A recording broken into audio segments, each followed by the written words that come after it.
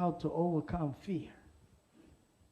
Di mana ada rasa takut, di situ tidak ditemukan yang namanya iman. Di mana ada rasa takut, di situ tidak ada iman. But there is a faith, there is no fear. Di mana ada iman, di situ tidak ada rasa takut. Amin, saudara. Kita mulai di Yeremia 33 ayat 6 sesuai dengan ayat yang diberikan pastor yang kita sayangi. Amin, saudara. Anda berbahagia punya pastor Mulyadi di sini. Iya. Benar loh, banyak orang mencintai pastor Mulyadi. Ketika saya telepon dengan pastor Carlos beberapa hari yang lalu, dia tinggal di Seattle sekarang. Saya bilang, saya mau khotbah di tempat pastor Mulyadi. Wow. Iya. Luar biasa. Sampaikan salam saya. Banyak orang yang mengasihi pendeta saya, pendeta saudara. Oleh karenanya Bapak Ibu pagi ini simak kebenaran firman. Haleluya, siap ini ayat diberikan kepada saya. Dari mana saya lihat? Oke, I open my Bible. Jeremiah 33 ayat 6 ya. Boleh baca bersama-sama? Jeremia 33 ya. Ayat yang ke-6.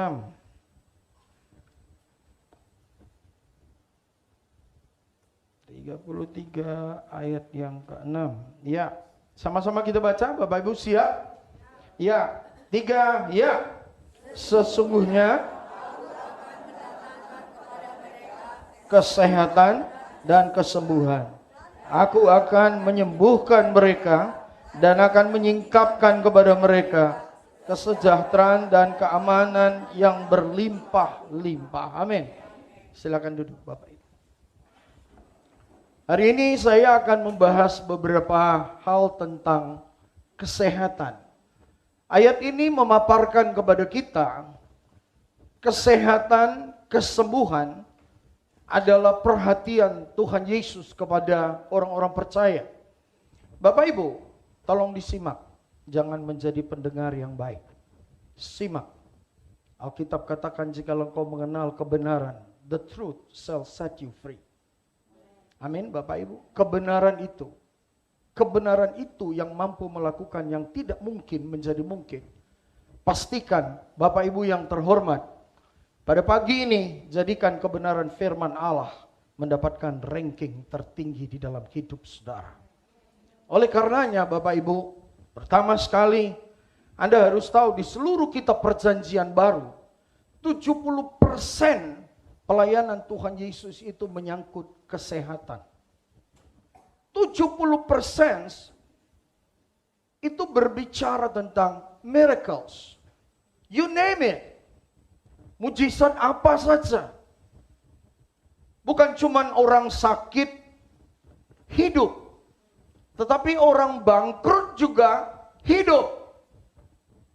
Orang yang hidupnya sudah tidak mungkin lagi mendapatkan kemungkinan-kemungkinan, Dia Allah yang bertanggung jawab. Sobat, ketika engkau menerima Tuhan Yesus, pastikan Yesus menjadi raja di dalam hidup. Siapapun saudara. Ketika Tuhan Yesus menjadi raja di dalam hidup, artinya rohmu mengalami pengalaman lahir baru. Lahir baru. Lahir baru itu harus dialami oleh setiap orang percaya. Tidak cukup Anda menjadi orang Kristen yang hanya sampai di gerbang gereja. Masih di sini? Ya. Make sure ketika rohmu mengalami pengalaman-pengalaman lahir baru, dampaknya itu akan kelihatan di dalam jiwa. Pengalaman lahir baru itu membuktikan Kristus ada di dalam diri kita. Dampaknya bukan hanya kepada jiwa, tetapi itu akan nampak di dalam tubuh kita. Ketika Dia ada di dalam diri kita, maka engkau adalah orang-orang yang berpartner dengan Allah melakukan yang tidak mungkin menjadi mungkin. Kemarin Bapak Ibu, seorang pengusaha bilang begini, banyak orang bangkrut ketika pandemik. Dia bilang, Pastor Domi, I make a lot of money during the pandemic time. Justru perusahaan kita ini uangnya jadi lebih banyak masa pandemik. Lalu dia bilang, sekarang kalau kami cuma jual kain, itu sulit. Karena perang Ukraine, textile having a lot of problem. Tapi Tuhan kasih saya pemikiran-pemikiran yang baru. Sehingga perusahaan ini kami bisa beli mesin-mesin yang baru. Genius. Ketika roh Allah ada di dalam dirimu, engkau adalah manusia-manusia yang mampu menciptakan di tengah-tengah kesulitan yang tidak mungkin menjadi mungkin. Oleh karenanya Bapak Ibu, saya berbicara tentang mujizat dulu. Mujizat, ya, kesehatan. Karena itu diminta kepada saya. Saya tidak boleh lari kemana-mana bicaranya. Oke, pertama sekali dengar dulu. Kita mulai dengan satu ayat. Apa yang menyebabkan orang sakit menurut Alkitab, ya? Karena saya tadi dengar ada dokter. Ya, simak ini baik-baik. Saya mau pastikan ini. Karena setiap saya mendoakan orang, baru-baru ini saya mendoakan seorang anak gadis yang payudaranya cancer. Dia seorang mahasiswa. Nah, pada waktu itu saudara, saya berapa meter dari dia, bau sekali, bau busuk. Ya. Lalu saya doain, selesai, saya bilang kamu balik ke dokter deh. Dokter yang bilang kamu cancer, kamu balik ke dokter. Yes, dokter. Saya bilang balik ke dokter. Dokter yang bilang dia cancer, kemudian dokter tuh, saya bilang besoknya kamu datang ya hari Minggu dalam ibadah. Saya mau pastikan kamu datang. Kasih saya informasi dengan bukti-bukti otentik dari kedokteran rumah sakit di mana kamu pergi. Dia pergi. Dan akhirnya dokternya itu saudara tidak kasih dia pulang. Harus nginap. Dia telepon, Pastor saya nggak bisa datang. Saya disuruh nginap. Oh enggak apa-apa. Saya bilang, kenapa? Akhirnya dia harus lewati proses laboratorium. Pemeriksaan darah, bla bla bla bla bla. That's it. 3 hari kemudian, dia datang ketemu dengan saya. Membawa bukti-bukti otentik secara medis. Secara resmi, dokter katakan dari rumah sakit di mana dia pergi, tidak ditemukan kanker lagi di dalam tubuhnya.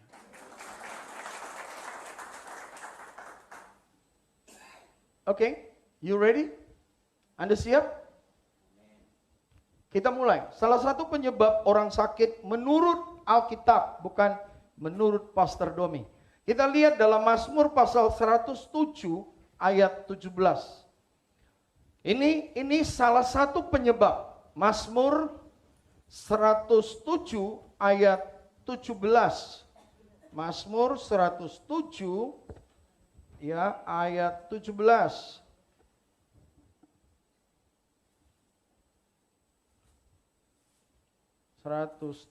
Ayat 17.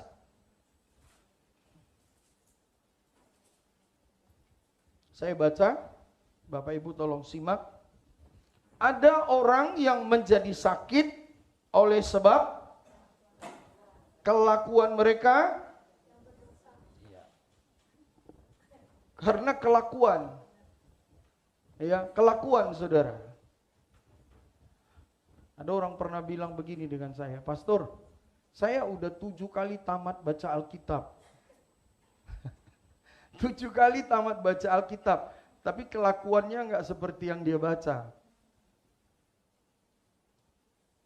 Jadi salah satu penyebab orang Kristen itu mengalami degradasi kesehatan, nomor 1 itu kelakuan. Saya enggak usah bilang dosa deh. Terlalu keras bahasanya.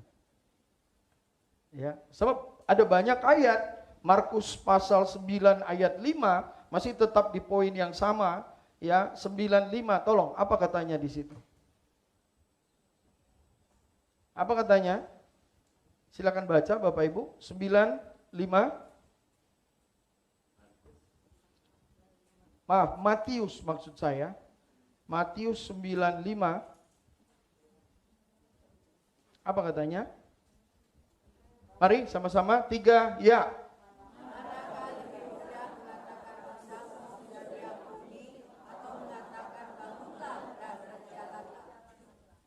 Jadi artinya apa saudara? Penyebabnya di sini apa?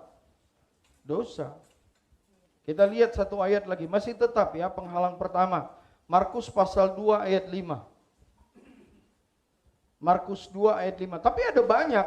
Jangan fokus kepada karena dosa.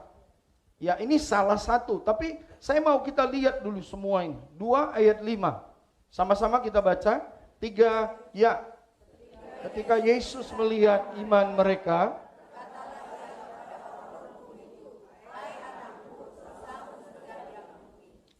Bapak Ibu dengar ya, yang dimaksud dengan dosa bukan hanya ketika saudara melakukan dosa. Ya, dengan mata juga orang bisa bikin dosa, benar atau tidak? Melihat sesuatu, sikap hati, Anda boleh saja duduk di dalam gereja, Anda juga bisa bikin dosa dengan hati. Itu sebabnya Alkitab bilang jagalah hatimu dalam segala kewaspadaan.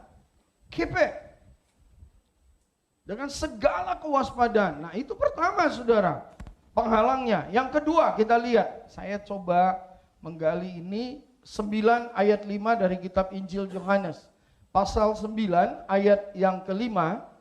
Injil Yohanes pasal 9 ayat yang kelima.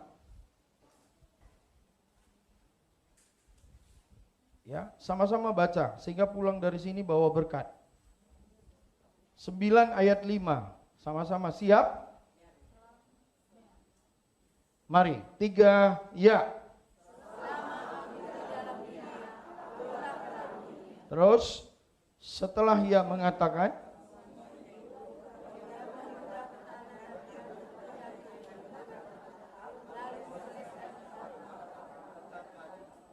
ya, sebentar, dalam bahasa Indonesianya saya catat dalam bahasa Inggris. Ayat 3 dalam bahasa Indonesia. Dalam bahasa Indonesianya ayat 3. Sama-sama 3, ya.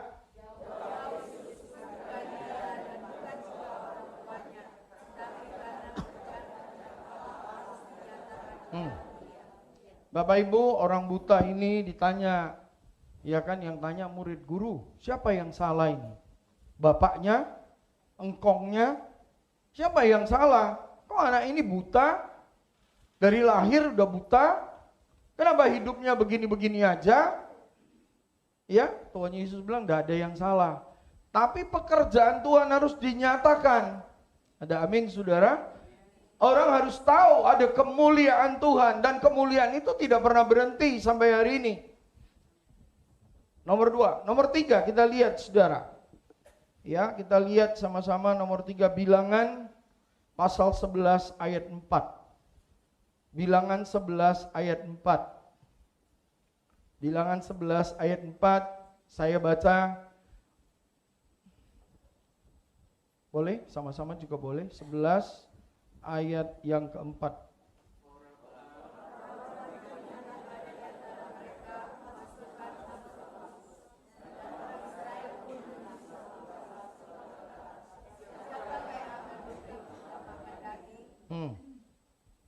Jadi apa ini?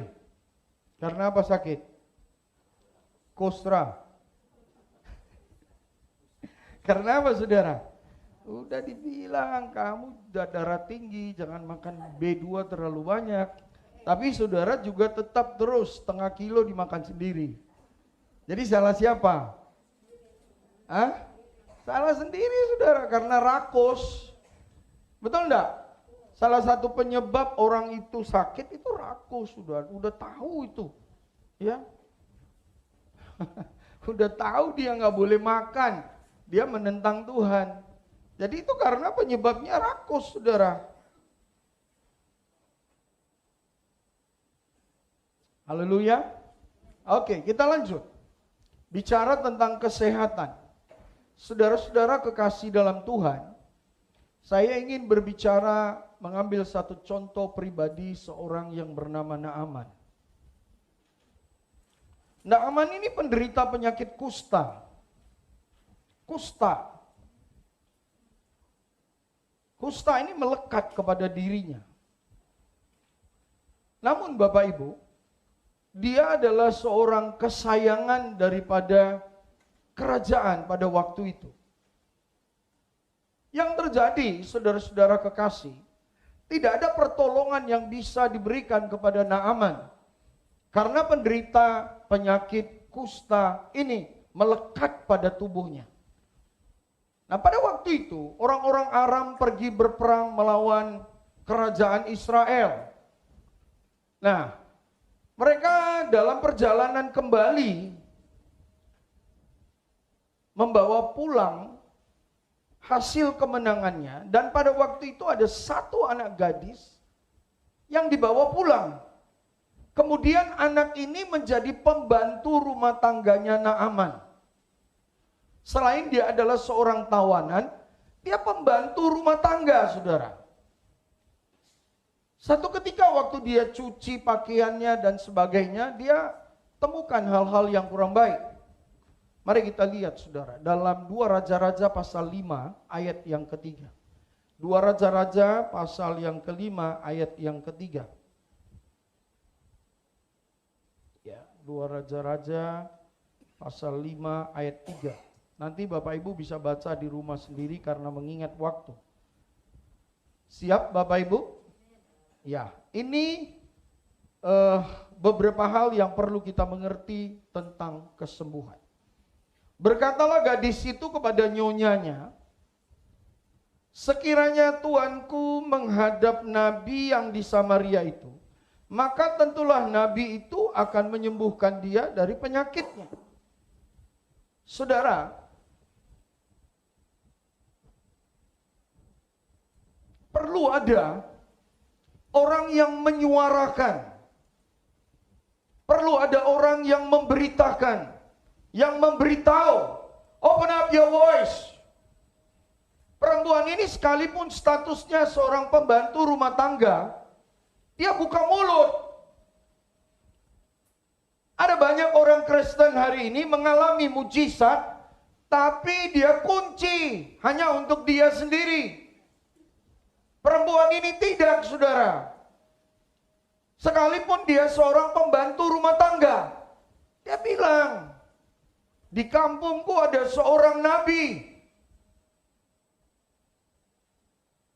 Bila tuanku pergi ke sana, pastilah dia sembuh. Begitu banyak kita tadi, pemimpin pujian bertanya, berapa banyak di antara saudara yang mencintai Tuhan? Tentu kita mencintai ada sebab dan akibat. Kita mengalami sesuatu dari Tuhan.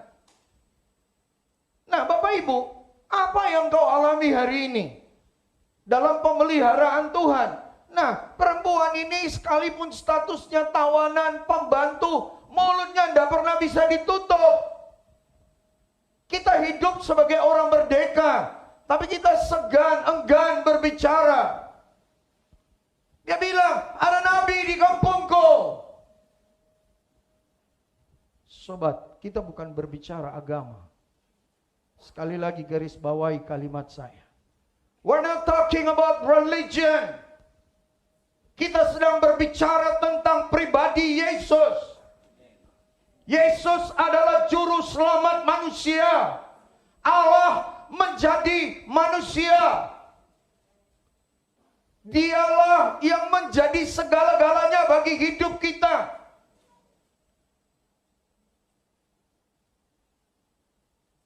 Banyak orang, saudara. Kalau Anda di sini semua buka mulut, ini tidak ada kursi yang kosong. Benar. Persoalannya bukan dengan pendeta. Pendeta tugasnya menggembalakan. Ini perempuan buka mulut. Kenapa Bapak Ibu? Ketika para rasul berkhotbah, satu kali khotbah ada 3.000 orang yang bertobat. Karena jemaatnya produktif.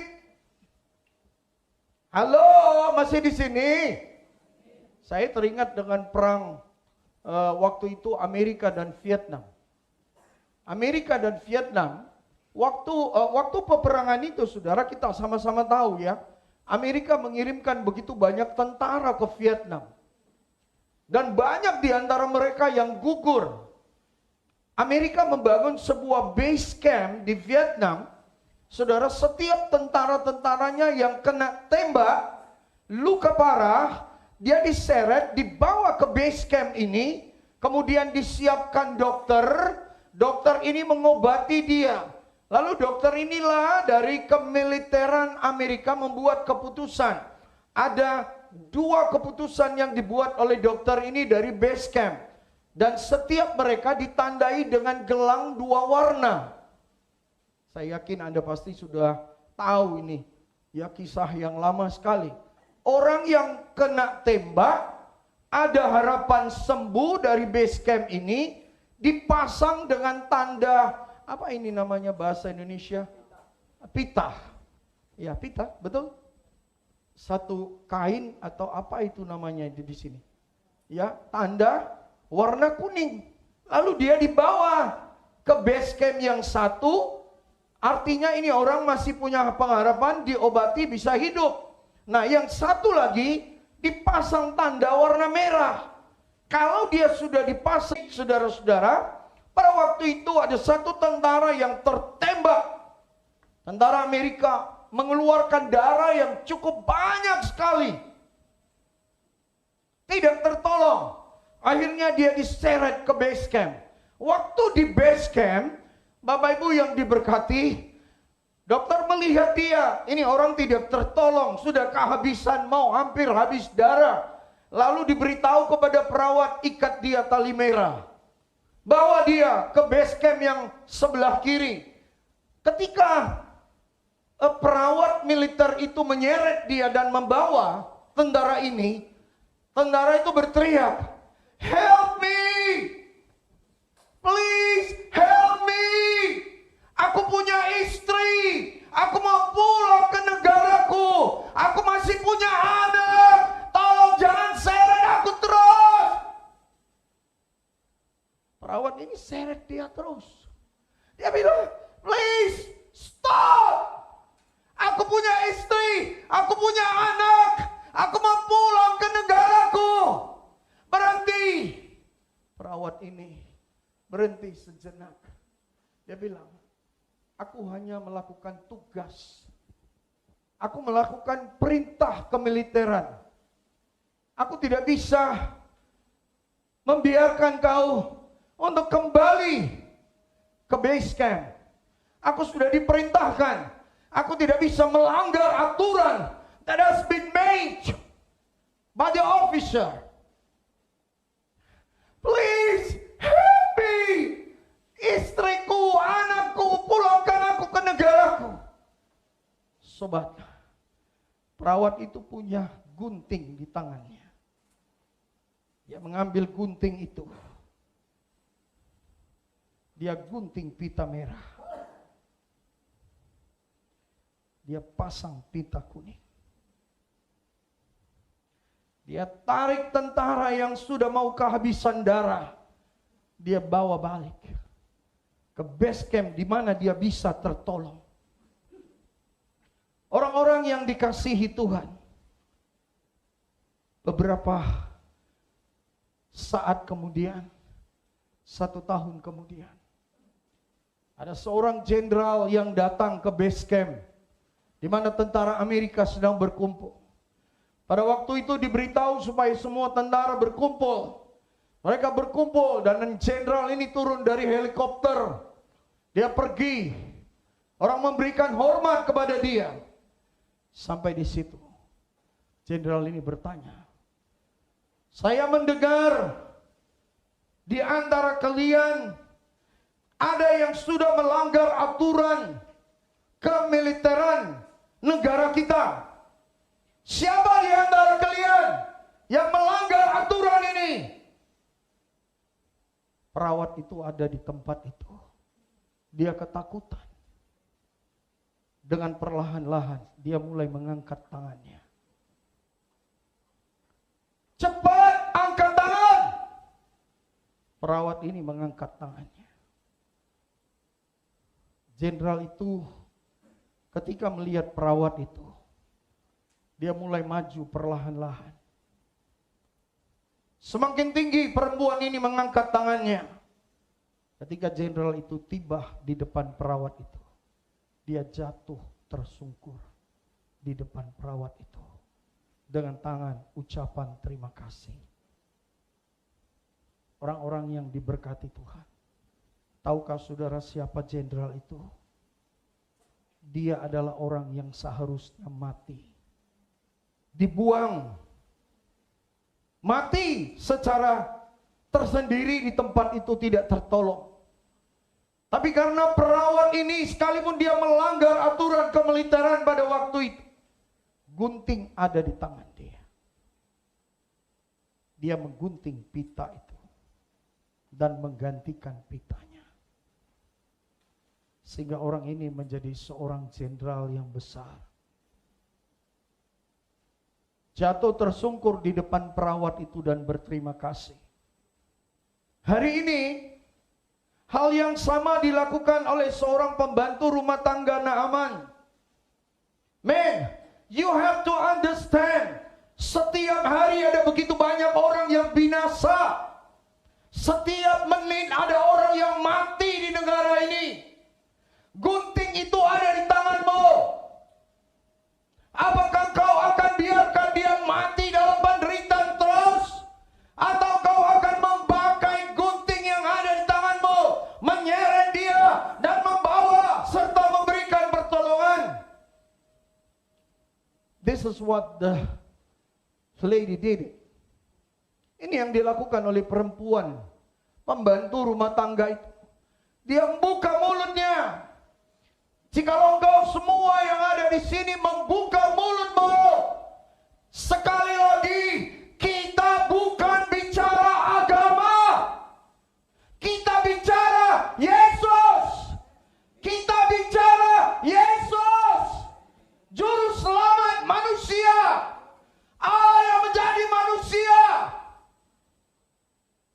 Darahnya ditumpahkan bagimu dan bagiku. Perbuatan baik is good.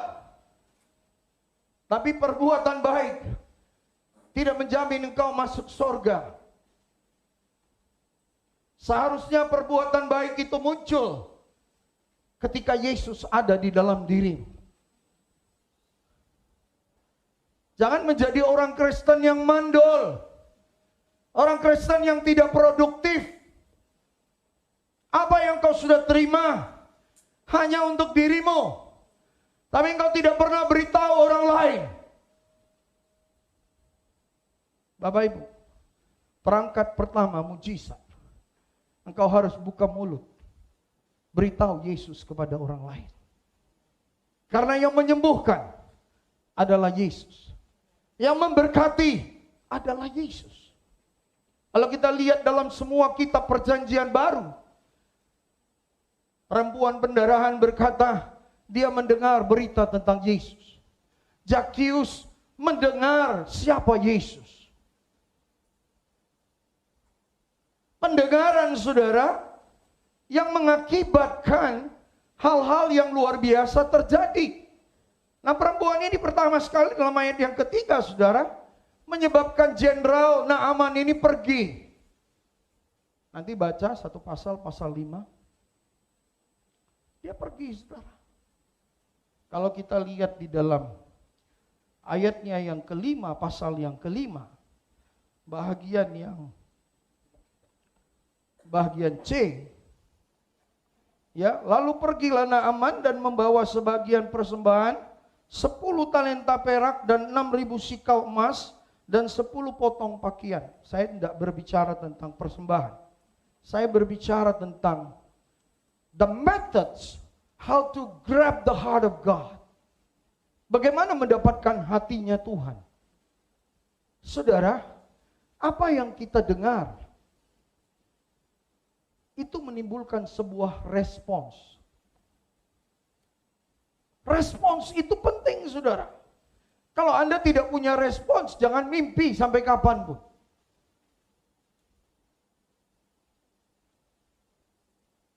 Tanggapan itu penting. Seorang jenderal punya respons. Dia pergi di kampungnya perempuan ini. Orang lain semua sudah bingung. Tapi Elisa tahu. Elisa tahu betul. Nah, akhirnya saudara, kita temukan di dalam ayat-ayat ini, saudara, karena respons si Naaman, langkah Naaman, itu membuat hati Tuhan tergetar.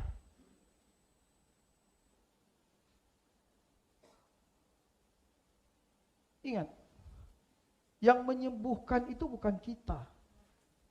Kita cuman alat. Tadi pujian terakhir itu, saya senang sekali, itu lagu favorit saya. Kusimpan janjimu itu dalam hatiku, Tuhan. Janji Tuhan, saudara. Hidup berdasarkan janji Tuhan. Sekalipun engkau sudah tidak dapat melihat lagi, tapi pegang janji Tuhan.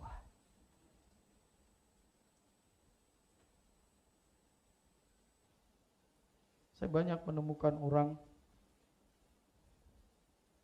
kadang-kadang,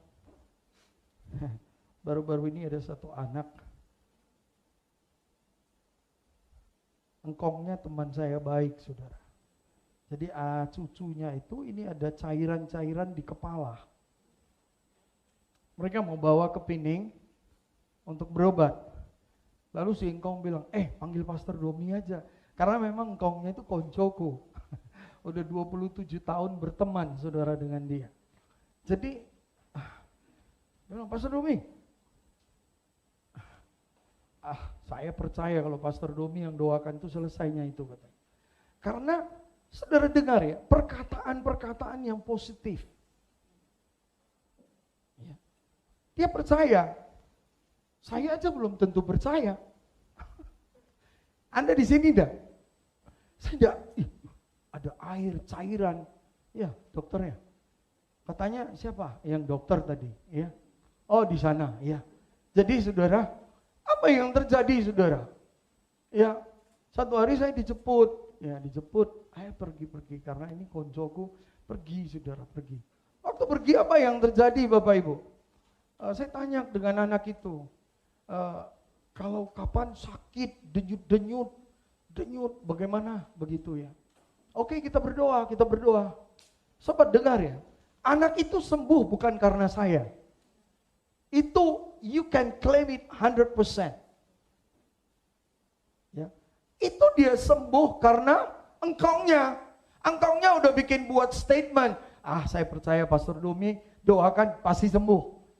Jadi dia udah bikin satu statement dulu. Iman dia itu. Halo. Masih di sini? Kenapa sih diam semua? Gak apa-apa kan? Kita masih lanjut. Oke, saya siapkan cepat-cepat. Saya doakan siap. Hanya doakan saja, tumpang tangan dalam nama Yesus. Selesai kok. Nggak ada sulit-sulitnya. Benar enggak? Selesai. Pulang. Karena perkataan engkongnya itu, iman saya bangkit. Kemudian saya tumpang tangan. That's it. Saya pulang. Dia enggak jadi pergi pening. Dia enggak pernah sakit lagi kepalanya. Haleluya. Iya dong. Kan bukan iman saya. Iman saya itu bangkit karena perkataan engkongnya. Itu adalah tindakan respons. Naaman respon, dia pergi. Di mana ada nabi. Nabi di sini adalah gambaran daripada Yesus. Iman tanpa perbuatan sia-sia. Jadi perlu ada action. Anda jangan larut dengan apa yang sedang kau hadapi. Tapi jadikanlah firman itu menjadi panglima hidupmu. Dia melangkah, dia pergi.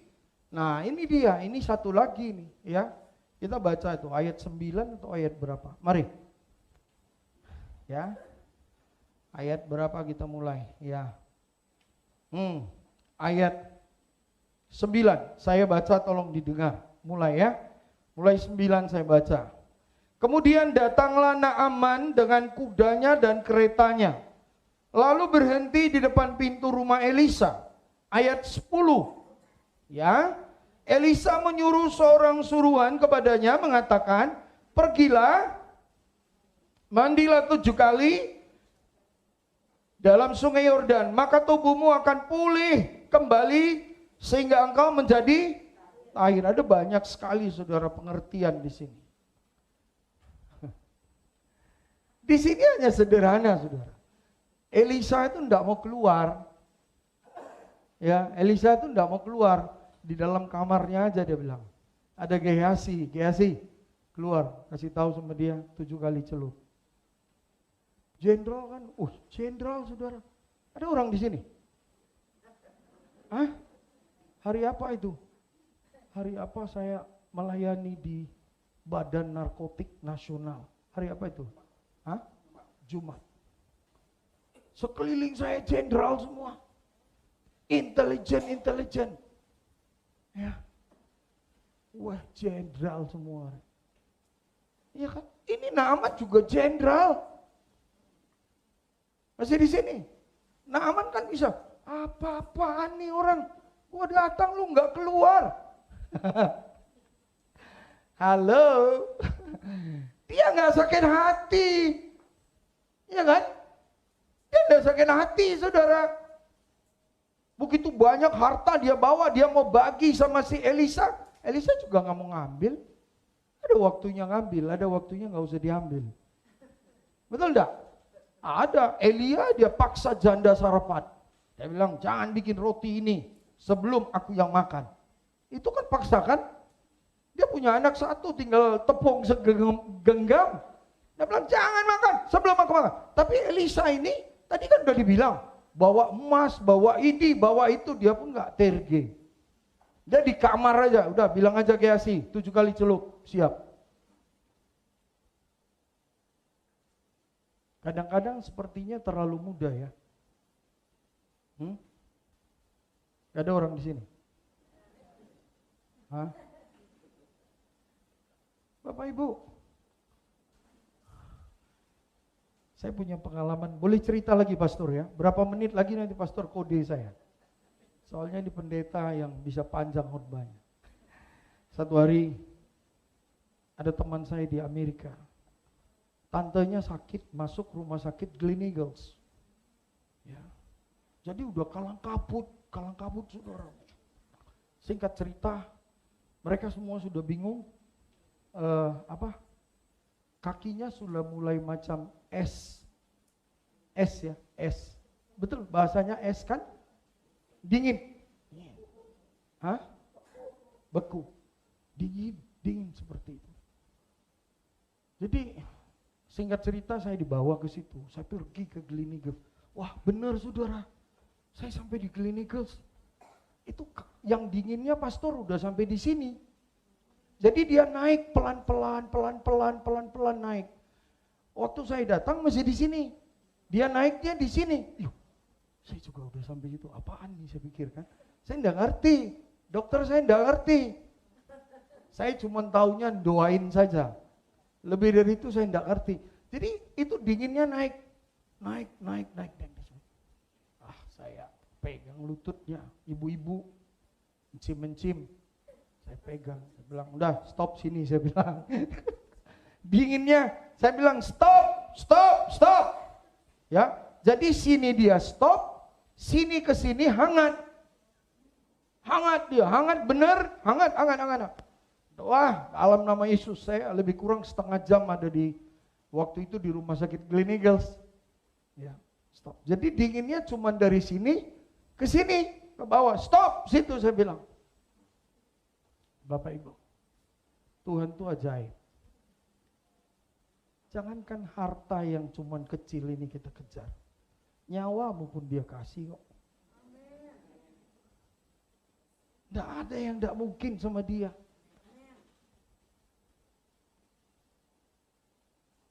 Elisa bilang celup 7 kali. Wah, dia pikir gue jenderal, dicumpain pun enggak, begini.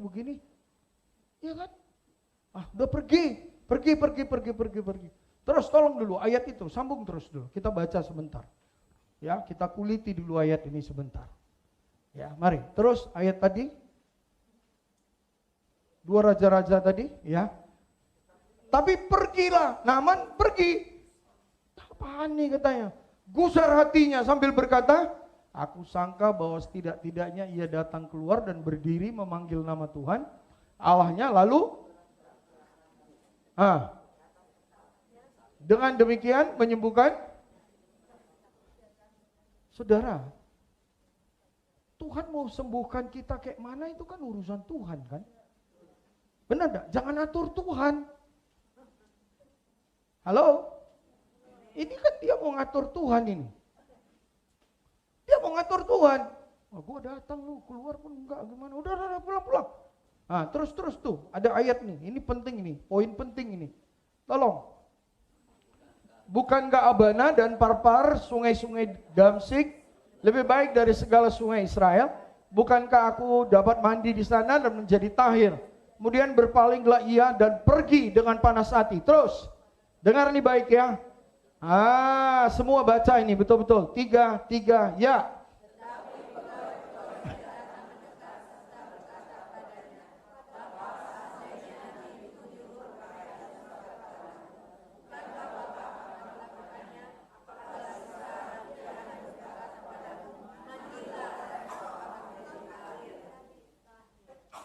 Jadi kitab Amsal bilang pergaulan yang buruk merusak. Kalau ini pegawainya orang brengsek, benar enggak?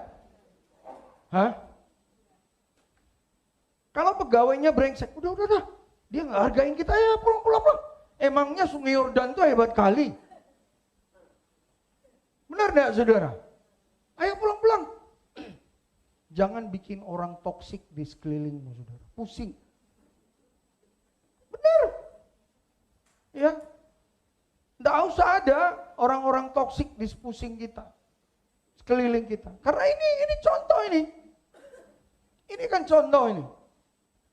Makanya tabernakel itu ada 3 tahap. Ada halaman, ada ruangan kudus, ruangan maha kudus. Jadi ada orang cukup sampai di halaman saja. Nggak perlu dia sampai di ruangan kudus. Jangan bawa-bawa dia bikin pusing kepala kita. Karena yang mau kita pikiri banyak sampai botak gini kok. Ya enggak, saudara? Banyak mau dikerjakan. Tadi malam saya tiba-tiba dapat telepon jam 2 pagi. Pak, udah sesak napas nih di rumah sakit. Udah di oksigen jam 2 pagi, saya udah asik-asik tidur, saudara.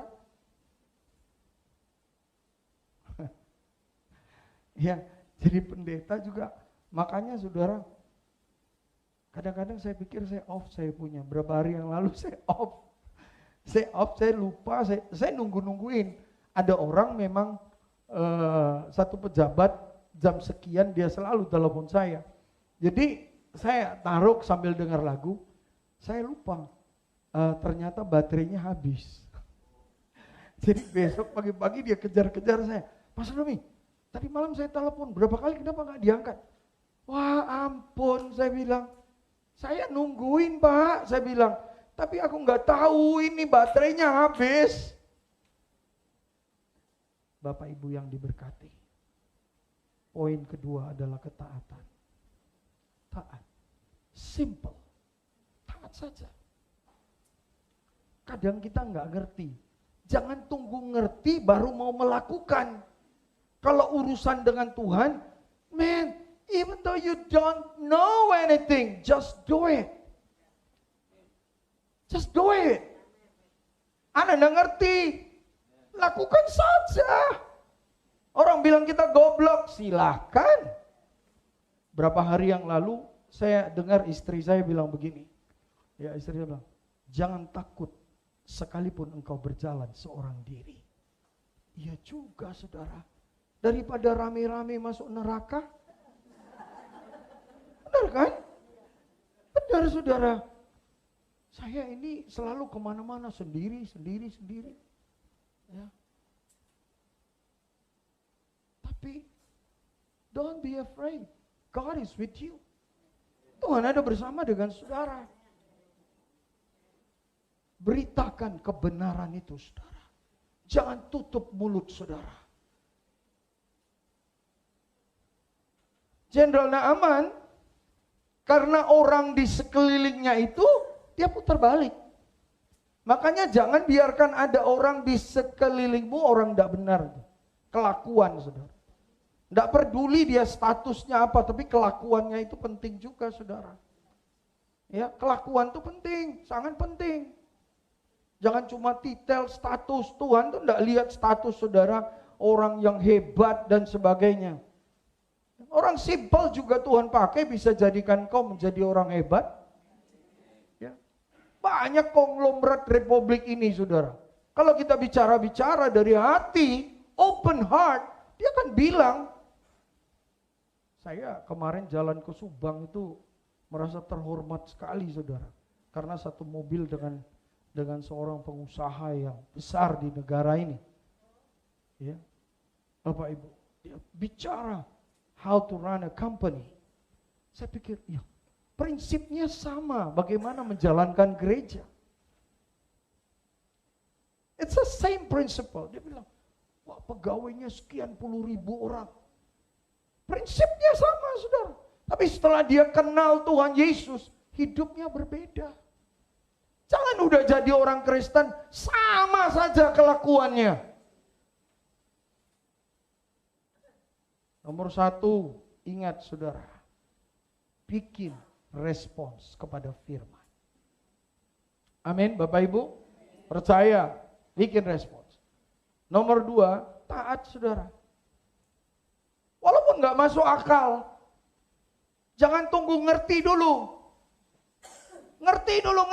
Abraham saudara, ketika disuruh bawa anaknya dalam kitab Kejadian pasal 22, kalau tunggu ngerti nggak jalan-jalan itu. Benar enggak saudara? Nggak jalan sampai ke puncak Moria. Tapi dia gimana sih? Tapi yang penting gua jalan. Mungkin dia duduk, dia bilang, ini salah dengar suara Tuhan atau apa ini? Tapi dia jalan juga. Sehingga pertama sekali di puncak bukit Moria itu muncullah kalimat Jehovah Jireh. Allah yang menyediakan. Matanya dicelikan, dia melihat seekor domba yang menjadi korban. Bapak Ibu, karena dosa manusia, Allah menjadi manusia. Pertama sekali pelanggaran yang dilakukan manusia di Taman Eden. Allah menyembelih hewan, kulitnya menjadi pakaian manusia. Darah pertama tertumpah di bumi. Selanjutnya kita melihat juga di tabernakel, bagaimana saudara ada mezbah korban. Setiap orang yang mau masuk harus ada darah yang disembelih. Itu sebabnya dari 7 doa Tuhan Yesus dia bilang it's finished. Kenapa? Darahnya sudah.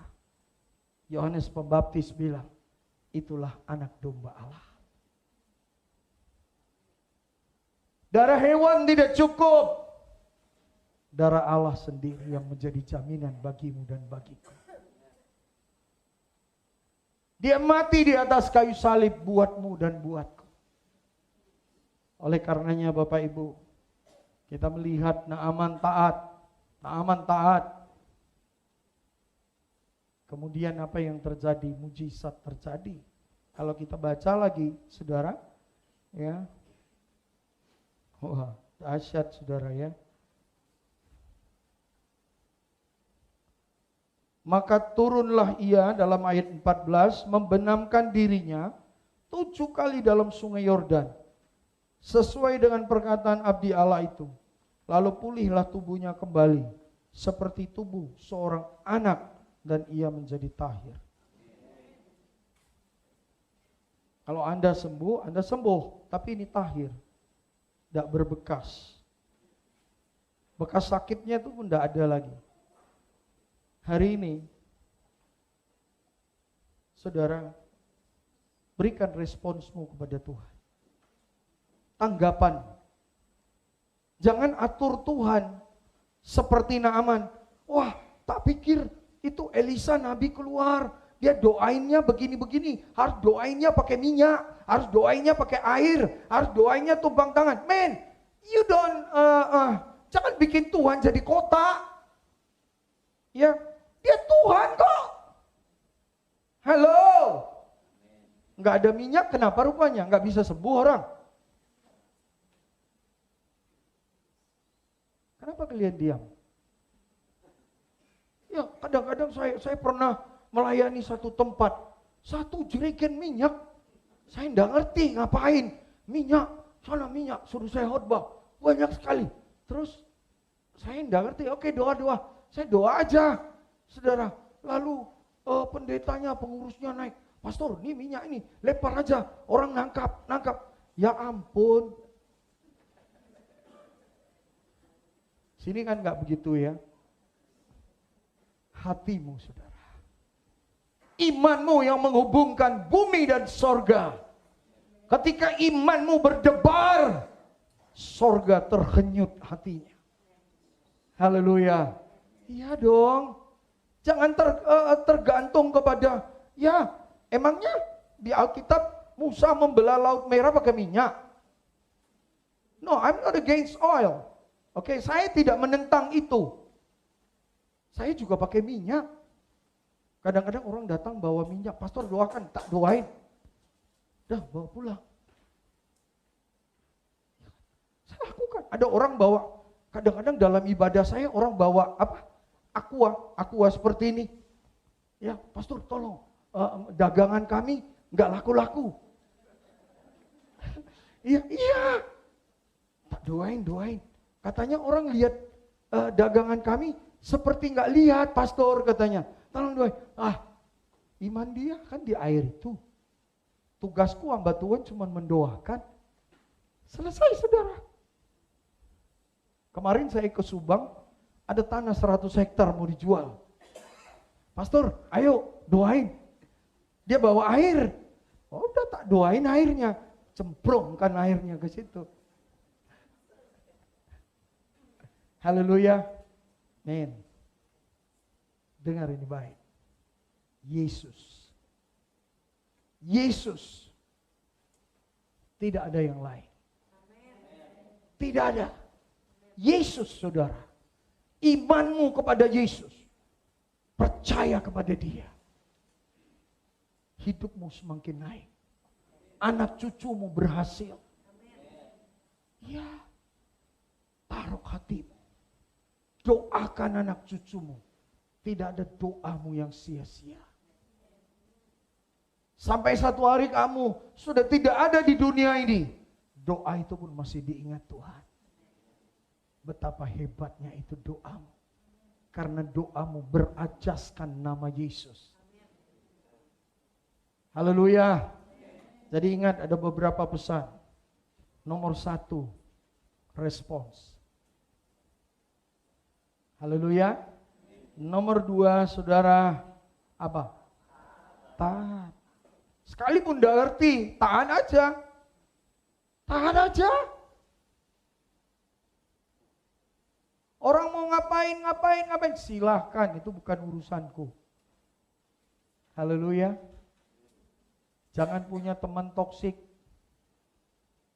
Taruh dia pada tempatnya. Karena kami pendeta-pendeta ini, saudara, selalu punya hati penggembalaan. Percaya sama orang cepat sekali. Semua pria cintai istrimu. Haleluya, sayangi. Haleluya. Karena cuma dia yang ada bersama kita kok. Benar enggak, saudara? Susah senang. Orang lain ada kepentingan sama kita. Udah itu dia pergi. Ya kan? Nah, saudara taat dan akhirnya mujizat terjadi. Hanya Engkau Juru Selamatku, Tuhan Kau setia padaku, yang ku pegang yang hanya janjimu yang ku pegang. Hanya janjimu ku percayakan hidupku.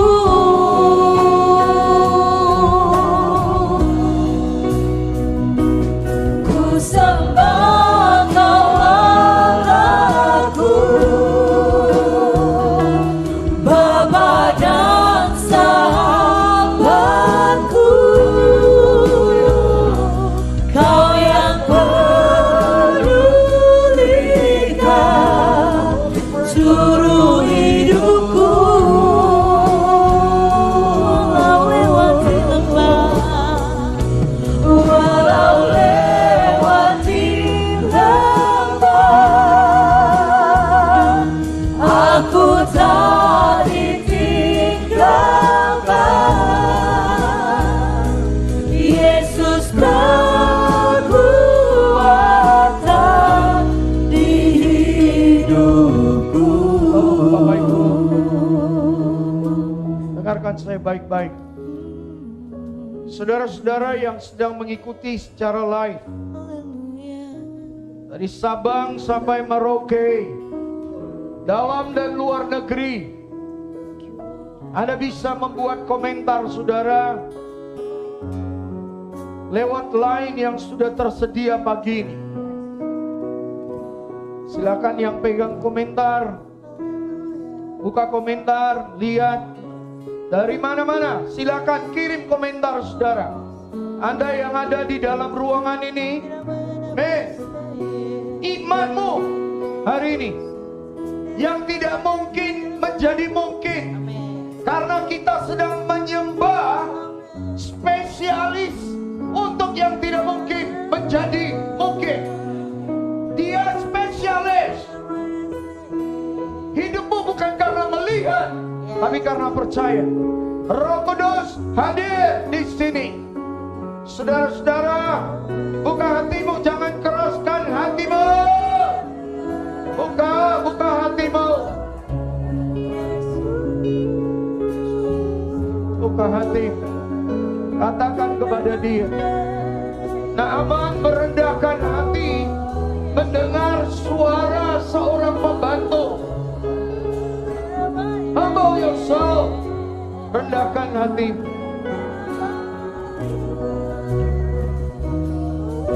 Jangan kamu tertutup. Kata dokter, ini tidak bisa sembuh lagi. Ini tidak bisa. Ini adalah chance untuk saudara. This is your chance. Don't miss the chance. Dia hadir bersama dengan kita. Setiap pintu yang ditutup oleh iblis, setiap bagian hidupmu yang sudah dirampas iblis, rebut balik. Ambil dari tangan dia. Jangan biarkan dia permainkan hidupmu. Haleluya.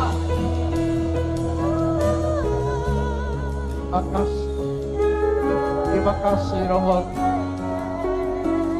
Olehkan hati kami, olehkan jiwa dan roh kami. Terima kasih. Imanmu lah yang menyembuhkan kau. Imanmu lah yang menyegarkan jiwamu.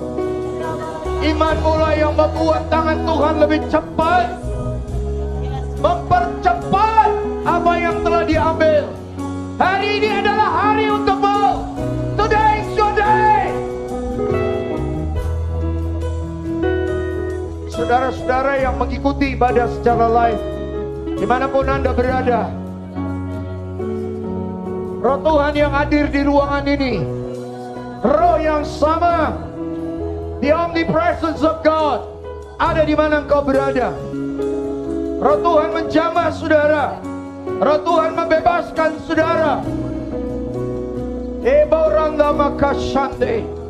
Saya akan berdoa. Mari sama-sama Anda yang butuh didoakan, angkat tanganmu tinggi-tinggi di mana engkau berada. Orang-orang yang tidak di ruangan ini, tolong isi ruangan komentar dalam live. Dalam nama Yesus, aku lepaskan kuasa mujizat, gelombang mujizat, aliran-aliran mujizat, tangan-tangan yang terangkat, digapai, dipegang oleh Roh Kudus. Roh Kudus Allah menjamah hidupmu. Roh Kudus Allah membebaskan hidupmu. Roh Kudus Allah mengabulkan hasrat hatimu yang tidak mungkin. Apa yang pernah kamu dengar, oh hari ini dengarkanlah. Dokter Yesus, spesialis untuk yang tidak mungkin menjadi mungkin. Jamah umatmu Tuhan, jamah. Aku lepaskan kuasa mujizat, kuasa mujizat, kuasa mujizat. Release the power of God. Lepaskan kuasa, lepaskan kuasa. Terima kasih. Segala kemuliaan, segala hormat, ucapan syukur kami hanya kepada kami. Berterima kasih untuk gereja. Terima kasih untuk hamba-Mu Pastor Mulyadi yang kami cintai dan kami sayangi serta kami hormati Tuhan. Hamba-Mu berkati kesehatan. Umur panjang dan kesehatan adalah warisan hidup. Tandai dia dengan darah-Mu Tuhan. Tubuhnya, jiwa dan rohnya tandai dengan darah.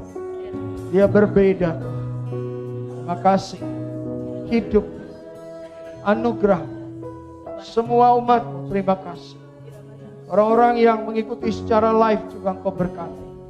Semua yang melayani diberkati. Terima kasih buat jemaat. Terima kasih. Terima kasih. Dalam nama Tuhan Yesus, hamba-Mu meteraikan. Yang percaya sama-sama katakan haleluya.